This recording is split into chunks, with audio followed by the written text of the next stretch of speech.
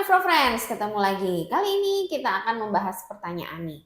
Ada yang bertanya, hipertensi sistolik sama diastolik itu lebih bahaya yang mana? Menarik ya? Kita bahas ya.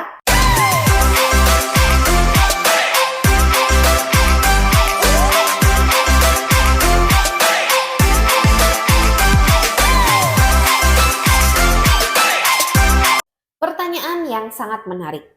Hipertensi sistolik sama hipertensi diastolik itu lebih bahaya yang mana? Karena katanya nih ada yang mengalami gagal ginjal, mengalami serangan jantung atau gagal jantung, mengalami stroke. Padahal tensi sistoliknya itu normal-normal aja, tapi memang tensi diastoliknya itu tinggi. Jadi disimpulkanlah oleh beberapa orang ini bahwa hipertensi diastolik itu lebih berbahaya daripada hipertensi sistolik. Nah, sebetulnya tidak seperti itu juga ya, Nefro Friends. Jadi yang namanya hipertensi, mau itu sistolik, mau itu diastolik, ya dia sama-sama berbahaya dan bisa merusak organ tubuh. Jadi tidak ada yang lebih berbahaya. Tapi memang jika hipertensi sistolik ditambah dengan hipertensi diastolik, tentunya resiko komplikasi organnya akan lebih tinggi dibanding kalau cuma hipertensi sistolik aja atau hipertensi diastolik aja. Tapi pada prinsipnya ya sama-sama bahaya. Ada lagi yang menarik, karena biasanya orang awam itu cenderung lebih melihat tensi itu bagian atasnya.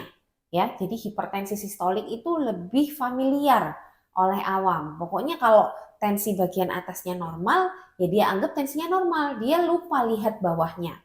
Padahal tensi bawah itu normalnya kan juga di bawah 80 ya, 80 atau di bawah 80. Begitu di atas 80 atau di atas 85 atau bahkan di atas 90 itu juga hipertensi meskipun atasnya itu normal.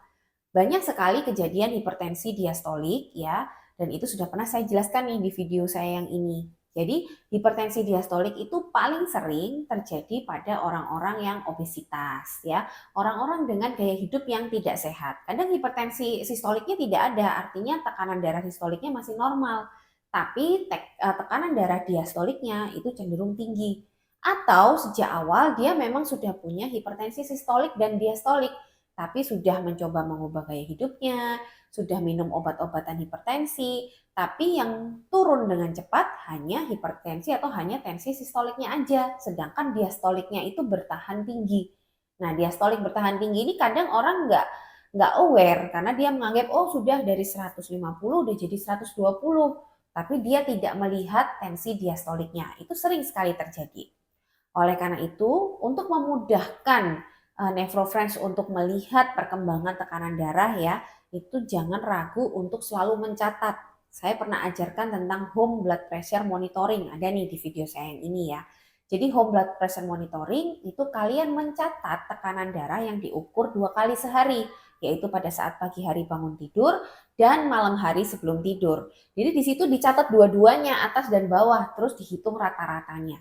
Kalau rata-rata tensi yang bawah itu masih di atas 85 selama 3-7 hari berturut-turut, yaitu artinya masih terjadi hipertensi. Meskipun mungkin sisa hipertensi diastolik aja yang masih lebih sulit turun dibandingkan sistoliknya. Dan kalau masih seperti itu, harus effort lagi untuk memperbaiki karena resiko terjadinya komplikasi organ mulai dari stroke, gagal jantung, gagal ginjal itu sama juga bisa terjadi pada hipertensi yang diastolik. Jadi gitu ya Nefro Friends, semoga jelas. Jadi jangan menyepelekan hipertensi diastolik, jangan menyepelekan juga hipertensi sistolik. Intinya hipertensi apapun, mau itu sistolik, diastolik atau keduanya, itu sama-sama bisa merusak organ-organ tubuh kita, terutama otak, jantung, ginjal ya. Jadi kalau memang sudah menderita hipertensi apapun itu, segera normalkan tensi kalian dengan konsultasi ke dokter tentunya untuk mendapatkan obat yang tepat, kontrol rutin dan segera ubah gaya hidup.